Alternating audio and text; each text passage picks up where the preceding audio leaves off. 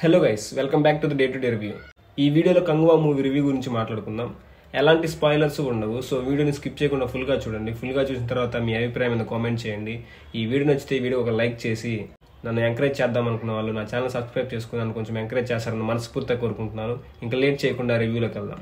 First of all ఒక విషయం అండి, ఈ సినిమాలో ఇద్దరు సూర్యాలు ఉంటారు. ఒకళ్ళేమో ప్రెజెంట్ టైంలో అంటే 2024 టైంకి సంబంధించిన సూర్య ఒకళ్ళు, దాని పేరు ఫ్రాన్సిస్. ఇంకో క్యారెక్టర్ వచ్చేసి కంగువా. ఇదేంటంటే 1000 సంవత్సరాలు వెనక, దాదాపు 1000 సంవత్సరాల క్రితం జరిగిన ఒక పీరియడిక్ డ్రామా అనమాట. సో ఈ రెండైతే జరుగుతూ ఉంటాయి. సినిమా స్టార్టింగ్ లో ఒక మంచి కాన్సెప్ట్ అయితే స్టార్ట్ అవుతుంది. మంచి కాన్సెప్ట్, మంచి ఎలివేషన్ అయితే ఉంటుంది. అంటే హీరో కాదు ఎలివేషన్, ఆ కాన్సెప్ట్ కి మంచి ఎలివేషన్ పడుతుంది, మంచి బ్యాక్గ్రౌండ్ మ్యూజిక్ వస్తూ ఉంటుంది. సో మనకేమనిపిస్తుంది అంటే స్టార్టింగ్ లోనే బీవచ్చంగా స్టార్ట్ చేశారు, ఇంకా సినిమా మొత్తం త్రూ అవుట్ ఇట్లానే ఉంటుందేమో అన్నట్లు అనుకుంటాం. కానీ వెంటనే 2024 సంబంధించిన ఫ్రాన్సిస్ క్యారెక్టర్ అయితే వస్తుంది అనమాట. అంటే సూర్య గారి క్యారెక్టర్. దిశా పటాని గారితో లవ్ ఉంటుంది, రొమాన్స్ ఉంటుంది, ఒక కామెడియన్ ఉంటారు, ఆ కామెడియన్తో కామెడీ ఉంటుంది. ఇవైతే టూ మచ్గా బోర్ కొట్టిస్తాయి, కొంచెం ఓవర్ అనిపించింది మనకి. నాకైతే ఇరిటేషన్ వచ్చింది. చాలా మందికి కూడా సూర్య గారి ఫ్యాన్స్కి ఈ సీన్స్ అయితే నచ్చలేదు. ఎందుకంటే ఏదో పెట్టాలని పెట్టినట్లే ఉంది. సినిమాలో కామెడీ ఉండాలి, సినిమాలో రొమాన్స్ ఉండాలి, హీరోయిన్ ఉండాలి అని పెట్టినట్టు పెట్టారు తప్ప అదైతే యూజ్లెస్. ఇంకా హీరోయిన్ తో రొమాన్స్ కానీ, ఆ లవ్ ట్రాక్ కానీ, ఒక ఫ్రెండ్ తో కామెడీ కానీ ఇవన్నీ అయిపోగానే వెంటనే ఒక 1000 సంవత్సరాలు వెనక్కి వెళ్ళిపోతుంది. అక్కడ పీరియడ్ డ్రామా మొదలైద్ది అనమాట.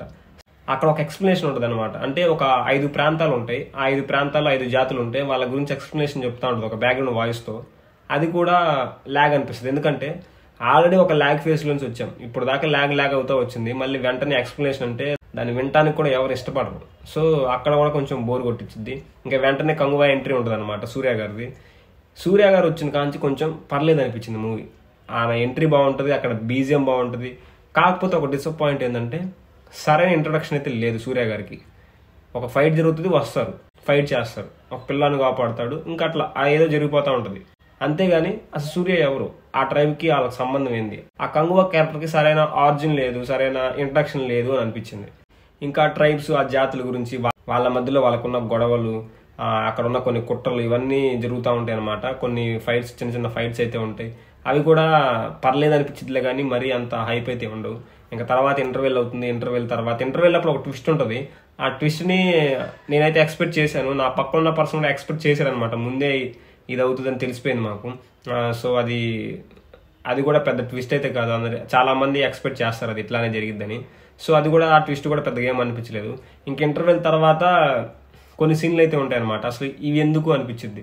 క్రొకడైల్తో ఒక ఫైట్ ఉంటుంది, ముసలితో ఫైట్ అంటే ఎట్లా ఉండాలి, ఒక రేంజ్ లో ఉంటుంది అనుకుంటాం. కానీ అక్కడ ఏమీ ఉండదు. ఆ ముసలికి కూడా రాగం వచ్చినట్లు ఉంటుంది, చాలా స్లోగా.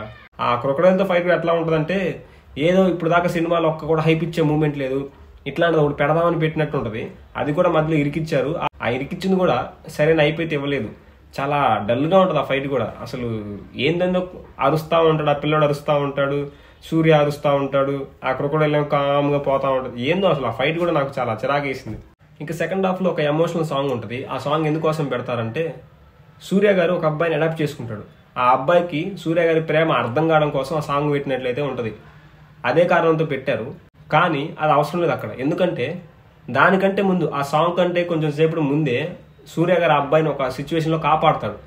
అక్కడే తెలిసిపోతుంది సూర్యకి ఆ అబ్బాయి అంటే ఎందుకు అంత ఇష్టమో అనేసి అక్కడే అర్థమైపోతుంది. కానీ మళ్ళీ సాంగ్ లో అసలు ఆ అబ్బాయికి ఏమీ తెలియదు, మళ్ళీ నేను తెలపాలని అంటే ఇష్టం అనేసి మళ్ళీ చూపించినట్లయితే ఉంటుంది. సో అదైతే ఇరికిచ్చినట్లు ఉంటుంది ఆ సాంగ్ కూడా. అది కూడా నాకు పెద్దగా ఎక్కలేదు, అసలు అవసరం లేదేమో ఈ సాంగ్ అనిపించింది. ఇంకా క్లైమాక్స్ కూడా చాలా కన్ఫ్యూజన్ గా ఉంటుంది. ఎందుకు కన్ఫ్యూజన్ అంటే పాస్ట్ టైం అంటే పీరియడిక్ డ్రామా, ప్రెజెంట్ టైం లేదు, పీరియడిక్ డ్రామా, ప్రెజెంట్ టైం ఒకదాని తర్వాత ఒకటి వస్తూ ఉంటుంది అనమాట. అంటే స్క్రీన్ ప్లే అనేది మారుతూ ఉంటుంది కదా. సో అదే చాలా కన్ఫ్యూజన్ గా అనిపించింది. సరే, చాలా మందికి ఆ కన్ఫ్యూజన్ లేకపోయినా కానీ ఆ కన్ఫ్యూజన్ లేకుండా చూసే వాళ్ళకు కూడా అది బోర్ కొట్టిద్ది. ఎందుకంటే చిన్న ఫైట్ ని చాలా సాగబిగుతారు, చాలా ఎమోషనల్ గా సాగబిగే ప్రయత్నం చేస్తారు. పెద్ద పెద్ద యుద్ధాలు జరిగేటప్పుడు కానీ, ఫైట్లు జరిగేటప్పుడు కానీ ఎమోషన్ అనేది ఆటోమేటిక్ గా పుట్టాలి, లేదా ఎమోషన్ అనేది ఎక్కడెక్కడో టచ్ అవ్వాలి ఏడో ఒక చోట. కానీ ఇక్కడ ఎమోషన్ ని చూపించడం కోసం ఒక ఫైట్ పెట్టినట్లయితే ఉంటుంది. ఆ ఎమోషన్ అనేది మరీ టూ మచ్ అయిపోయి ఆ క్లైమాక్స్ ఫైట్ అనేది చాలా చండాలంగా అనిపించింది. సో నాకైతే త్రూ అవుట్ సినిమా అయితే బోర్ కొడతానే ఉంది, చాలా సార్లు బోర్ కొట్టింది. కొన్ని సీన్లు అయితే బాగున్నాయి, అది కూడా సూర్య గారి యాక్టింగ్ వైజ్ గా బాగుంది. అండ్ ఈ సినిమాలో బ్యాక్గ్రౌండ్ మ్యూజిక్ కూడా చాలా బాగుంది. కొన్ని చోట్ల ప్రొడక్షన్ వాల్యూ అయితే చాలా క్లియర్ గా అర్థమవుతుంది, చాలా మంచిగా ఉంటుంది. విజువల్స్ కానీ, ఆ ట్రైబ్ని చూపించే విధానం కానీ, వాళ్ళ కల్చర్ని కానీ, అక్కడ వేసిన సెట్స్ కానీ అవైతే చాలా బాగుంటాయి. మనకి చాలా న్యాచురల్గా అనిపిస్తాయి. సినిమాలో విజువల్స్ చాలా బాగుంటాయి. సినిమాటోగ్రఫీ కూడా కొంచెం కొత్తగా అన్నట్లయితే అనిపిస్తుంది. ఆ ఎడిటింగ్ కూడా కొంచెం కొత్తగానే ఉంటుంది. కాకపోతే ఏంటంటే ఫ్రేమ్ని చాలా స్పీడ్గా చేంజ్ చేసినట్టయితే ఉంటుంది. కొన్ని చోట్ల ఆ ఫ్రేముల్ని టక్ టక్ అని మారిపోతున్నట్టు ఉంటుంది. దానివల్ల మనకేంటంటే ఆ ఎక్స్ప్రెషన్ అర్థం కాదు. ఆ మాటలు కూడా సరిగ్గా ప్రాపర్గా మన మైండ్కి ఎక్కువ అనిపించింది. మాటలు అంటే గుర్తొచ్చింది. ఈ సినిమాకి బిగ్గెస్ట్ మైనస్ ఏంటంటే డబ్బింగ్. ఏదో ఆర్టిఫిషియల్ ఇంటెలిజెన్స్తో చెప్పించారంట. డబ్బింగ్ అయితే చాలా వరస్ట్. అసలు లిప్సింకే ఉండదు. ఒక్కొక్కసారి ఏం జరిగిద్దంటే మాటలు ముందు వస్తాయి, లిప్సింగ్ తర్వాత ఉంటుంది, లేదా లిప్సింగ్ తర్వాత మాటలు వస్తాయి. ఇట్లాంటివి కూడా నోటీస్ చేశాను నేను. ఇంకోటి ఏంటంటే ఆ స్లాంగ్, అంటే ఆ ట్రైబ్కి ఒక మాట్లాడే విధానము అది ఉంటుంది కదా, దాన్ని కూడా ప్రాపర్గా రీసెర్చ్ చేయకుండా ఇంప్లిమెంట్ చేసినట్లయితే అనిపించింది. ఎందుకంటే ఆ చిన్నపిల్లడికి ఒక పేరు ఉంటుంది. సూర్య గారు చాలాసార్లు ఆ పిల్లోడిని పిలుస్తూనే ఉంటాడు. సినిమా మొత్తం మీద కొన్ని 100 సార్లు అయితే పిలుస్తాడు. కానీ నాకు సినిమా అయిపోయాక కూడా ఆ పేరు అనేది అసలు నాకు అర్థం కాల. కొన్ని మాటలు కూడా అసలు అర్థం కావన్నమాట. ఏదో మాట్లాడుకుంటారు, స్పీడ్గా కోపంగా మాట్లాడుకుంటారు, అవి అర్థం కూడా కావు. ఇంకా సూర్య గారి యాక్టింగ్ కానీ, బాబీ డియోల్ గారి యాక్టింగ్ కానీ, అండ్ పక్కన కొంచెం కీ రోల్స్ ఉంటాయి కదా, ఆ పిల్లోడు కానీ లేకపోతే ఇంకొక క్యారెక్టర్ కానీ, వాళ్ళు కూడా చాలా బాగా యాక్టింగ్ చేశారు. యాక్టింగ్ వైజ్ కానీ, లుకింగ్ వైజ్ కానీ చాలా బాగుంటుంది. కానీ వాయిస్ దగ్గర అయితే పోయింది. బీజిఎం కూడా చాలా బాగుంటుంది, విజువల్స్ కూడా చాలా బాగుంటాయి. ఆ మాట్లాడే విధానం కానీ, ఆ స్లాంగ్ గురించి కానీ సరిగ్గా రీసెర్చ్ చేయకుండా ఏదో ఇంప్లిమెంట్ చేశారు. ఆ డబ్బింగ్ కూడా సరిగ్గా చెప్పకపోయేసరికి ఆ సౌండ్ దగ్గర సినిమా గురించి మొత్తం ఇంప్రెషనే మారిపోయింది. అండ్ ఇంకా క్యామియో రోల్ అయితే ఉంటుంది, ఒక క్యామియో అయితే ఉంటుంది సినిమాలో. ఆ క్యారెక్టర్ మాత్రం నిజంగా ఈ సినిమాకి అదే హైలైట్. ఆ క్యారెక్టర్ పర్ఫార్మెన్స్ కానీ, ఆ క్యారెక్టర్ని చూపించే విధానం కానీ, ఆ రూత్లెస్ బిహేవియర్ కానీ చాలా బాగుంటుంది. సినిమాకి అదే బిగ్గెస్ట్ ప్లస్ పాయింట్. నేను సినిమా చూసింది కూడా ఇంత బోర్ కొడుతున్నా సినిమా చివరిదాకా చూడడానికి 2 కారణాలు.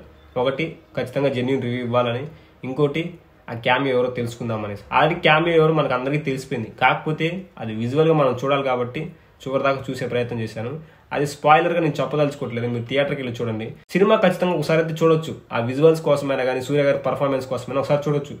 ఇంకా సెకండ్ పార్ట్ అయితే ఉంది కంగువా 2కి. మరి తీస్తారా తీరా అనేది సెకండరీ. కానీ ఫస్ట్ పార్ట్ కంటే సెకండ్ పార్ట్ ఖచ్చితంగా బాగుంటుంది అనే అభిప్రాయం నాకైతే కలిగింది. ఎందుకంటే అసలు వీళ్ళు క్రియేట్ చేసుకున్న స్టోరీకి ఇప్పుడు దాకా చూపించింది జస్ట్ ఒక ఇంట్రడక్షన్ అనమాట. ఈ పీరియాడిక్ డ్రామా అనేది కానీ, ఆ కంగువా క్యారెక్టర్ కానీ జస్ట్ ఒక పునాది లాగా చూపించారు అంతే. ఈ కాన్సెప్ట్కి పార్ట్ 1 అనేది జస్ట్ ఒక పునాదే, ఇంకా పైన చాలా ఉంది. దాని గురించి ఇప్పటి నుంచి మొదలు పెడతాం అన్నట్లయితే తీశారు. ఆ సెకండ్ పార్ట్కి సంబంధించిన కాన్సెప్ట్ అనేది మనకి చెప్తారనమాట సినిమాలో. అదైతే ఇంకా చాలా బాగుంటుందేమో. ఇది కాదా అసలు కాన్సెప్ట్, ఇప్పుడు దాకా చూపించింది వేస్ట్ కదా అని మనకు అక్కడే అనిపించింది. ఆ కాన్సెప్ట్ బాగుంటుంది. నాకైతే యాక్చువల్ కాన్సెప్ట్ అది, కాబట్టి దాన్ని చూపించడం కోసం దీన్ని వాడుకున్నారు, ఒక పునాది లాగా వాడారు అన్నట్టయితే నాకు అనిపించింది. కంగువా పార్ట్ 1కి అయితే కొంచెం నెగిటివ్ రివ్యూసే వస్తున్నాయి. పబ్లిక్ రియాక్షన్ కూడా కొంచెం నెగిటివ్గా ఉంది, సినిమా బాగాలేదు అని. సో మరి దీన్ని బేస్ చేసుకుని సెకండ్ పార్ట్ ఆఫ్ చేస్తారా, లేకపోతే మరి అది సెకండ్ పార్ట్ కూడా తీస్తారా అనేది ఇంకా అది వాళ్ళ ఇష్టం. తీస్తే మాత్రం సెకండ్ పార్ట్ అయితే ఖచ్చితంగా బాగుంటుంది. ఎందుకంటే ఆ కాన్సెప్ట్ అలా ఉందనమాట. నేను ఇంకా అది రివీల్ చేయట్లేదు, అది కొంచెం మీరు మిస్ అవుతారని చెప్పేసి. ఎందుకు సెకండ్ పార్ట్ బాగుంటుంది అంటున్నానో మీకు అర్థమవుతుంది.